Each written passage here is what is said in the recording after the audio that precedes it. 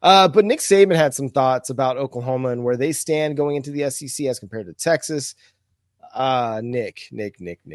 Why you throwing cap already? The season hadn't even started yet. We'll discuss that coming up next here on Locked On Sooners.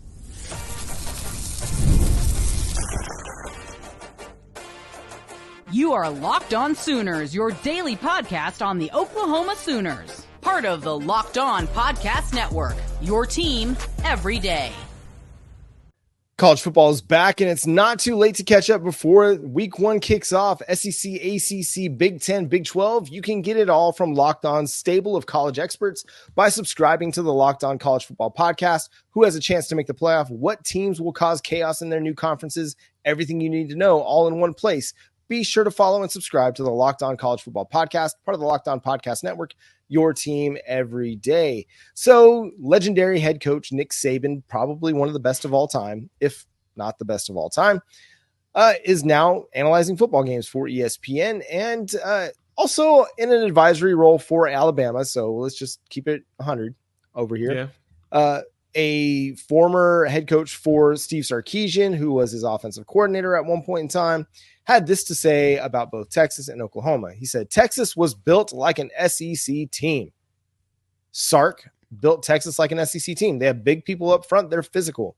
Watching Oklahoma this offseason, they are one of the most athletic teams in the country, but they are not as big and as physical up front, Saban said. Jay, I'm going to let you go ahead and react to this first. So did he not watch the game where Oklahoma played against Texas and Oklahoma was pushing Texas around in the trenches most of the game? It doesn't feel like he watched that game, nor, I mean, sure, I understand that he saw how Texas was pushing around his team in Tuscaloosa in that game. And they won that game at his house by double digits. First team to do that since the beginning of the Nick Saban era. So I totally get it. But that's the thing that I don't get. Like I ran the numbers on this, right? On the offensive line, Texas averages with all their players based upon the rosters that we have today on ESPN up until, because I'm going to use the data he has, 313 was the weight average for Texas. 311 on the offensive line was Oklahoma. Kind of interesting. It's really, really close, right? Now, defensive line, there was a little bit more of a discrepancy. Oklahoma, if you include your edges, averaged 275. Texas averaged like 300, just over 300. But they also have two dudes with young Mitchell, Sadir Mitchell. He's, 350 pounds. And then Bill Norton's 335. But outside of that, they had 10 guys over 290 pounds. Guess how many Oklahoma has on the defensive line over 290 pounds? I'll give it to you. 8. So the number's not that far off from each other. We may have a few smaller edges because, young players, but as far as the trenches go, we're not that far from Texas. And I promise you, Dominic, Dejan, and Jayden Jackson, as we talked about last segment, it's going to terrorize the heck out of them just like they will everybody else. Now, and if you're watching last season's Oklahoma team, I don't think it's quite the same up front, because you did add Dominic Williams, you added Jayden Jackson, David Stone. You have Grayson Halton, who's going to emerge. You added a Caden Woolard at defensive end. So I don't quite know where he's going with this, that if it's the team that he watched last season, you mentioned it, they stopped Texas from getting a yard 4 times because of their trench play. I don't know what else you need to say. I mean, the Dejan Terry thing kind of flies under the radar a lot of times because he's a nose tackle and he's not going to put up a lot of stats. But that was a very impactful transfer portal addition they made in the 2023 offseason. And he's still going to pay dividends this year. And then you added another big-time transfer portal addition in Dominic Williams. And then you added blue-chip prospects, David Stone, a 5-star, Jayden Jackson, 4-star. Yes, true freshman, but have all the talent in the world to go be impactful players. Let's also not forget that Grayson Halton was a 4-star prospect in the 2022 signing class, originally committed to Oregon, flipped to Oklahoma. So this is not like it's just a bunch of like average Joes that Oklahoma is going to be putting out there along the defensive line. These are really, really good players that have a chance to make this a really, really good defense. And that doesn't even consider Oklahoma's linebacker core that is one of the best in the nation. Oklahoma's secondary that's one of the best in the nation, led by Billy Bowman, Peyton Bowen, Robert Spears Jennings. So I don't get exactly where Nick Saban's coming from in this front.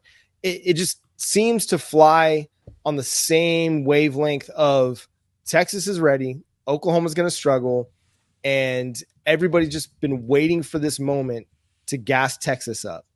They've been waiting for Texas to have a 10-win season, win a Big 12 title, go to the college football playoff so they could spend 8 months talking about how great Texas is, because Texas is the Dallas Cowboys of college football. They generate a lot of traffic and a lot of revenue for a lot of people. So you got to talk Texas football. That is true. And everybody's going to want to keep, like you said, gas them up as if they're just invincible. I totally understand why people are high on Texas, right? You've got an offensive-minded coach that's going to have his offensive line and his quarterback that's been in his system now going into his third season. Totally makes sense. Yep. Why do you think we're high on Oklahoma? You got a defensive-minded coach with his top player, Danny Stutzman, which is the architect of that defense, going into his third year in his system, and you're returning some of the most production in college football. Top 5, number 3 in the country, 86%. Yeah, of course we're going to be high on this team. Like, it doesn't make any sense that that people think that it's ridiculous for Oklahoma to have that, as if offenses have dominated that much. In the SEC, defenses have always dominated. They shut down these high-powered offenses. And I think that Brent Venables is building his team, similar to what he did at Clemson, to start slowing some of that stuff down. Well, and what won Oklahoma the game against Texas last year was the defensive side of the ball. It was the 2 interceptions. It was the sacks by Ethan Downs. It was the goal line stand. That's what won them the game. Fumbles, right? The fumble calls, right? Yeah, they held Texas to 23 points. They held that Texas offense to 23 points. Gave up a kick return a blocked punt return for a touchdown. So that made all the difference in the world. It kept the Sooners in the game so that the Oklahoma offense can go have a chance to win the game at the end. So listen, I get that people are going to be high on Texas. I'm not discounting that one bit. But if you're sitting here on August the 26th and you're talking about Oklahoma as if they're not going to be a team to be reckoned with, right, a team that's going to make things difficult for the SEC, then I think you're just not wanting to look deeper into what Oklahoma's got. And that's okay. You don't have to. That's why we're here. We're going to tell you Oklahoma's ready. This is a team that's been building to the SEC. When Brent Venables got here, he got here and came in with the sole purpose of getting this program, not just the football team on the field, but the facilities, the administration, everybody ready to go contend in the SEC. And now we're going to get to see how ready they are, but I think they're going to be plenty ready. Yep. I totally get that too. Like I said, surface level is what most people are looking at. They don't dig into the details. They don't dig into the weeds. They assume what they believe and they go off those assumptions. And not being used to Oklahoma having a good defense totally makes sense. I can't even be mad at it. Like, there's no argument you'd ever hear from me saying you're terrible because you won't. No, we're not used to Oklahoma. Heck, most fans aren't used to Oklahoma having a good defense. So when the defense shows up and shows out, you're going to be like, oh, wow, this is a new thing. Kind of missed this. It's been, years. Where'd this come from? Right? It's been a while. That's right. We do this again. It's been about a decade since somebody named Brent Venables was last coordinating this defense. But hey, we're going to get into a week 0 recap. Why is John looking a little bit more right about the ACC and Jay maybe not so much? We'll discuss coming up next on Locked On Sooners.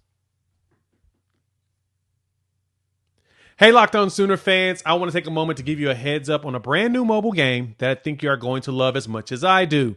Ultimate College Football Head Coach. In this amazing game and simulation, you get to step into the shoes of a head coach and lead your college football program to glory. Can you imagine actually being the head coach of the Oklahoma Sooners? Kind of wild, right?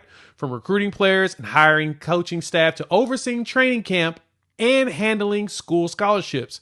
You control every critical detail of your program. It's all in your hands. Will you be able to handle the pressure? Here's the best part.